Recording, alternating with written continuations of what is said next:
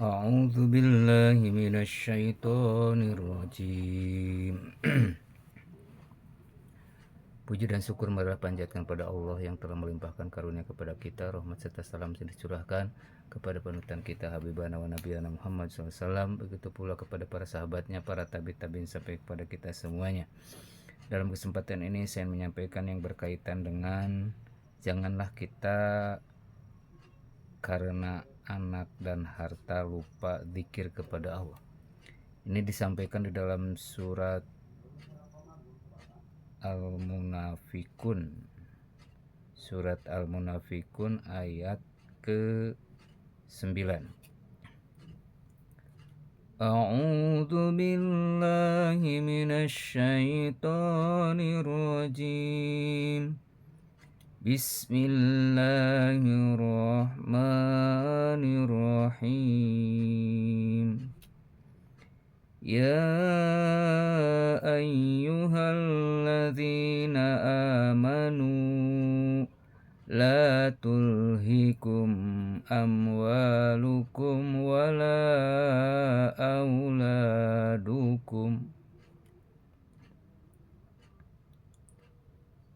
La tulhikum amwalukum wala auladukum an zikrillah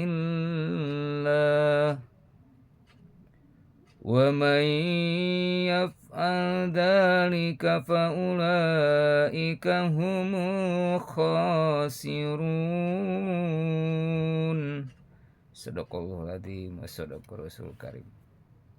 Ya ayyuhalladzina amanu, hai orang-orang yang beriman, la tulhikum amwalukum wala auladukum. Janganlah kalian tertunduk karena harta dan anak, an dzikrillahi, melupakan dzikir kepada Allah. Wa may yaf'al dzalika, barang siapa orang yang berbuat seperti itu, faulaika humul khasirun, maka dia adalah termasuk orang-orang yang rugi. Jadi kita jadikan anak dan harta adalah sebagai media untuk mengantarkan diri kita kepada Allah Subhanahu wa taala, untuk melaksanakan ibadah kepadanya. Karena baik harta ataupun anak adalah merupakan titipan dari Allah Subhanahu wa taala untuk dipakai di jalan Allah Subhanahu wa taala. Jadi kalau harta kita dipakai di jalan Allah, maka itu bisa menyelamatkan kita dari siksa yang sangat berat.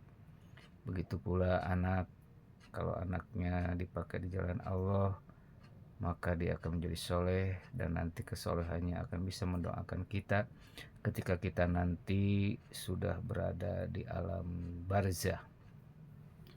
Itu sebuah yang disampaikan dalam ayat Al-Quranul Karim tadi menginspirasi pada diri kita supaya kita betul-betul memelihara anak dan juga memelihara harta, bukan dipakai untuk hura-hura atau berpoya-poya. Jangan sampai seperti di ayat yang lainnya, kenapa kalian masuk neraka? Maka jawabnya, wahum mutrapun, sebab harta dan anak tidak dipakai di jalan Allah, tapi justru dipakai untuk berpoya-poya. Pemirsa yang Allah Subhanahu wa taala, saya yakin kita sebagai hamba Allah otomatis harus mempersiapkan diri dari sejak sekarang, karena kita tidak tahu akan kembali kepadanya. Karena itulah Allah mengingatkan kepada kita di ayatnya supaya kita selamat dunia dan akhirat.